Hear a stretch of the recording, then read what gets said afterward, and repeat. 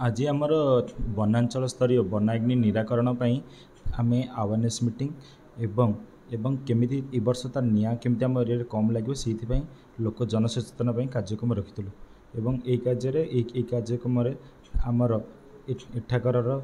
जिला परिषद सदस्य एवं फायर आमर म्युनिसिपालिटी भाइस चेयरमैन पूर्वतन ब्लॉक सभापति एवं बाकी अन्य मान्यवर डाकिलु एवं यही कार्यक्रम आमर